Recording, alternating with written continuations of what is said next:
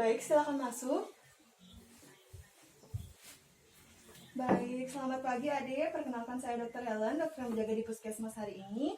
Pertama saya cek identitas dulu, boleh saya tahu namanya siapa? Resa, Resa, boleh saya tahu umurnya berapa dek? 20 tahun. 20 tahun nggak dek? Boleh saya tahu alamatnya di mana? Saya dari Alas Angker, dok. Dari Alas Angker. Boleh saya tahu pekerjaannya apa? Masih mahasiswa. Masih mahasiswa ya. Boleh saya tahu ada keluhan apa sehingga berkunjung hari ini? Begini, dok, waktu itu kan saya mengalami kecelakaan.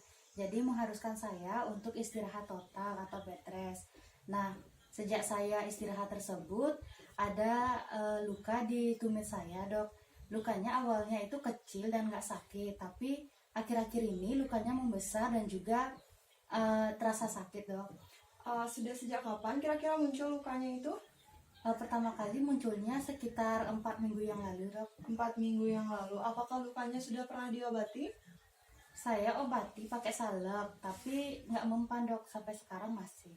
Baik, untuk pengobatan sudah pernah tapi tidak sembuh ya? Iya. Apakah ada timbul luka lainnya selain di tumit? Nggak ada, dok, di tumit saja. Di tumit saja ya. Apakah ada keluhan penyerta lain seperti demam, flu, batuk atau yang lainnya? Nggak ada, dok. Tidak ada ya keluhan penyertanya. Apakah adik punya riwayat penyakit kronis seperti hipertensi, diabetes, dan yang lainnya? Nggak ada, dok. Baik, adik apa ada keluhan lain selain lukanya yang di tumit? Nggak ada. Nggak ada nih. Baik, adik berdasarkan keluhan adik, berdasarkan kita juga tadi sudah bercakap-cakap di anamnesis, saya ingin melakukan pemeriksaan fisik untuk memeriksa luka adik dan juga melakukan penata laksanaan berupa perawatan luka untuk menangani lukanya agar tidak terjadi infeksi atau yang lainnya. Apakah adik bersedia? Bersedia, dok. Bersedia, guys. Silakan tunggu di bed. Saya akan menyiapkan alat-alatnya dulu dan akan melakukan tindakan aseptik ya. Silakan adik. Terima kasih, dok.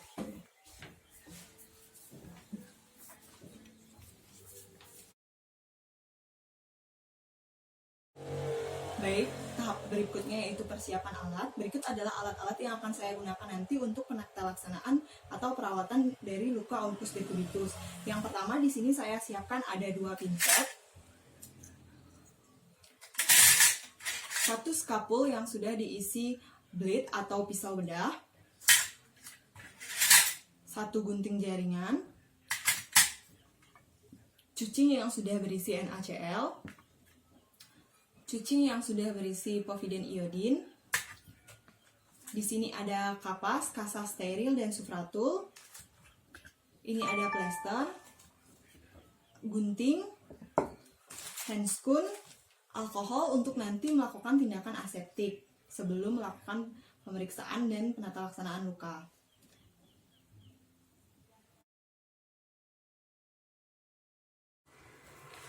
Baik, selanjutnya saya akan melakukan tindakan aseptik dan memakai handscoon.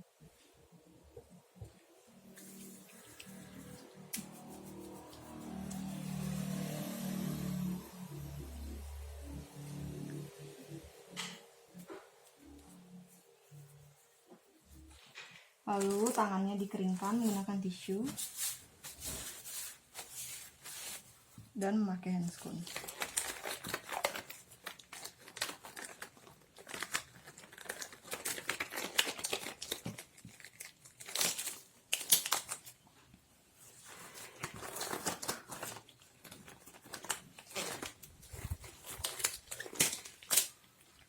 Handscoon sudah terpasang. Baik, selanjutnya saya akan melakukan pemeriksaan fisik pada ulcus decubitus pasien. Yang pertama, menilai faktor predisposisi dari ulcus decubitus pasien. Saat anamnesis tadi, pasien mengatakan tidak ada luka lain selain di tumit dan juga pasien tidak memiliki riwayat penyakit kronis. Lalu pasien mengatakan luka ini timbul akibat pasien terlalu lama tidak melakukan aktivitas fisik akibat berbaring karena sehabis kecelakaan. Lalu juga predileksi dari ulcus decubitusnya yaitu daerah tumit pada kaki. Lalu selanjutnya saya akan melakukan deteksi awal dari ulcus decubitusnya dengan cara melakukan penekanan selama 10 detik pada luka dengan ujung jari saya. Baik, sekarang saya akan melakukan penekanan selama 10 detik. Setelah 10 detik, tekanannya dilepaskan lalu dinilai. Baik, setelah saya lakukan deteksi awal dari ulkus dekubitus, di sini saya temukan vaskularisasinya yang tidak adekuat karena warnanya tidak segera kembali saat saya lepaskan tekanannya. Dan juga di sini saya temukan perubahan warna kulit menjadi kemerahan, dan juga saya ada temukan odim, dan juga di sini teraba hangat lukanya. Jadi di sini kemungkinan sudah ada kerusakan jaringan yang akan berkembang menjadi ulkus. Selanjutnya saya akan menentukan derajat dari ulkus dekubitus menggunakan cotton bud.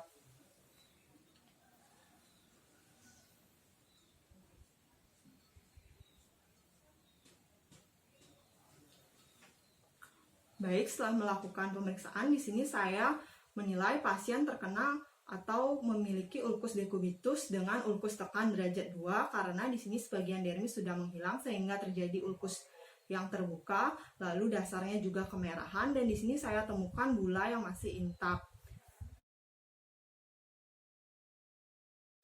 Baik, setelah melakukan pemeriksaan fisik, sekarang saya akan melakukan perawatan dari luka atau ulkus dekubitus pasien. Yang pertama yang perlu kita perhatikan adalah mengatasi faktor predisposisi dari ulkus dekubitusnya serta menjaga hygiene dan mengurangi kelembaban lokal pada ulkus dekubitus. Selanjutnya saya akan membersihkan luka menggunakan salin NaCl 0,9%. Di sini saya gunakan 2 pinset.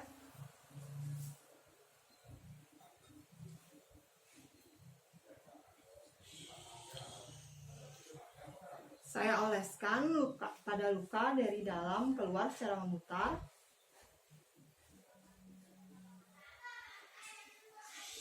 Nah, setelah luka dibersihkan, di sini saya akan melakukan deroving bula atau memecahkan bulanya. Di sini boleh menggunakan spuit atau gunting jaringan. Saya akan menggunakan gunting jaringan untuk memecahkan bula.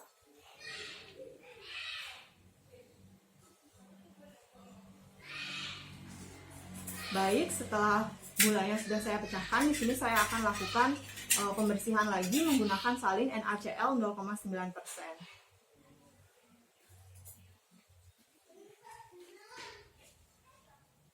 Di sini saya lakukan agar serum atau cairan dari bula tidak menyebar sehingga menyebabkan infeksi.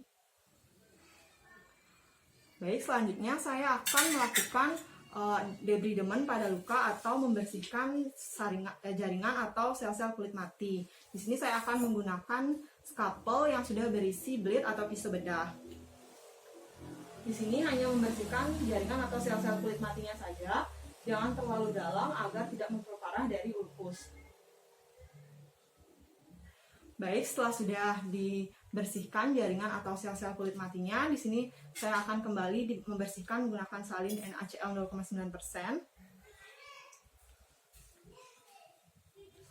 agar serum dari bula dan juga jaringan atau sel-sel kulit matinya tidak tertinggal. Setelah itu saya akan oleskan povidone iodine pada luka.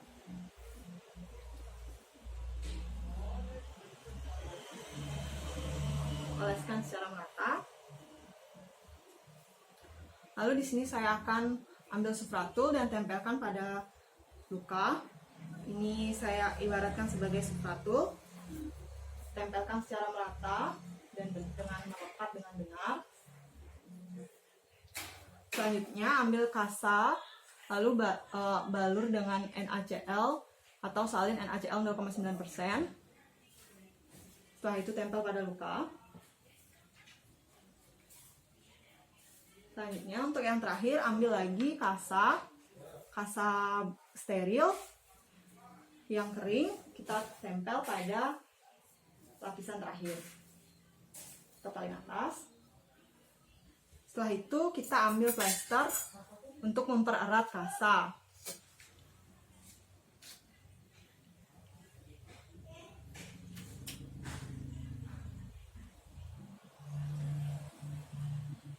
Pastikan plester menempel dengan benar dan dengan baik agar kasa melekat dengan baik. Baik, di sini saya sudah selesai melakukan perawatan luka. Di sini saya sudah membersihkan, menghilangkan jaringan atau sel kulit mati, dan juga saya sudah membalut luka dengan benar. Selanjutnya, setelah melakukan tindakan, saya akan melepas handscoon dan juga melakukan tindakan aseptik.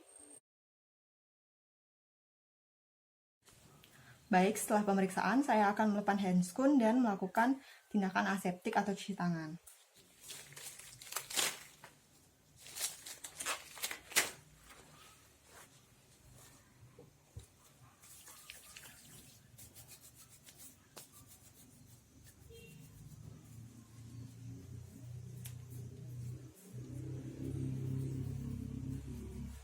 lalu tangan dikeringkan.